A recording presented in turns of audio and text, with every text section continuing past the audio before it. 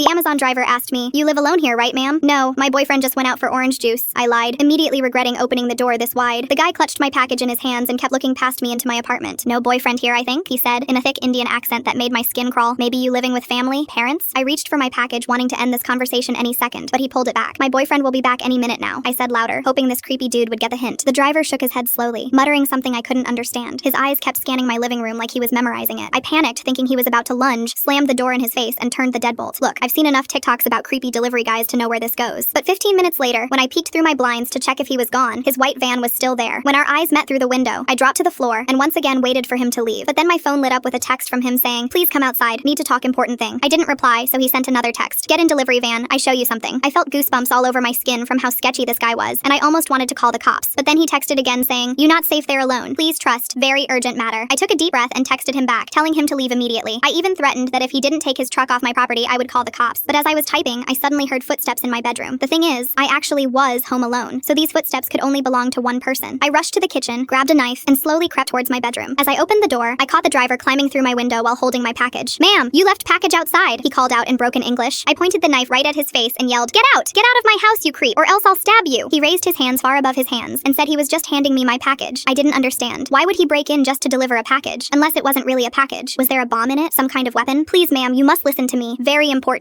"I don't care!" I screamed again, hoping the neighbors would hear and call for help. "Take that package and leave my house through the same window you just crawled in from." His shoulders slumped and he pointed to the floor before saying, "You don't know what is under here." His voice was starting to get frantic and he was scaring me more and more with each passing second. "They living under. You must get out." I finally decided enough was enough. "I'm calling the police." But then I heard something that made me freeze completely. More footsteps. Not just his. Multiple sets of feet moving quickly, urgently, like people scrambling. But they weren't coming from my apartment. They sounded like they were coming from below. I ran as fast as I could to the guest room and locked the door behind me. Then I dialed 911 while barricading my door with my dresser. "There's a delivery driver invading my apartment," I whispered to the operator. But as I spoke, I looked out my bedroom window facing the backyard and my stomach dropped. My brain couldn't even process what I was seeing. A massive hatch I'd never noticed was wide open in my garden, looking like it had been hidden under fake grass. A man and woman were climbing out, carrying bags and two small kids. They ran south and scaled my fence in seconds like they'd done this before. "Ma'am, are you there?" the operator kept asking. I just stared at that hole in my yard. "There were people," I whispered, "underground." I stayed barricaded in my guest room until the cops arrived, but once they arrested the delivery driver, he asked for a translator and pointed them towards the backyard, telling them to dig down. Well, they did, and they found an entire apartment under my house. A furnished apartment with electricity stolen from my lines and plumbing tapped into mine. A family of 4 had been living there for months. The delivery driver explained everything. He had seen someone's face peek out from underground when he walked up to deliver my package. In his country, he'd seen this before. Squatters getting desperate, sometimes violent. He was trying to warn me, trying to get me out before something bad happened. She was in danger, he kept telling the cops. Very bad people sometimes. I tried to thank him properly, but he just shrugged and said in his broken English, "Is normal thing. Delivery drivers, we protect customers." Wait, since when?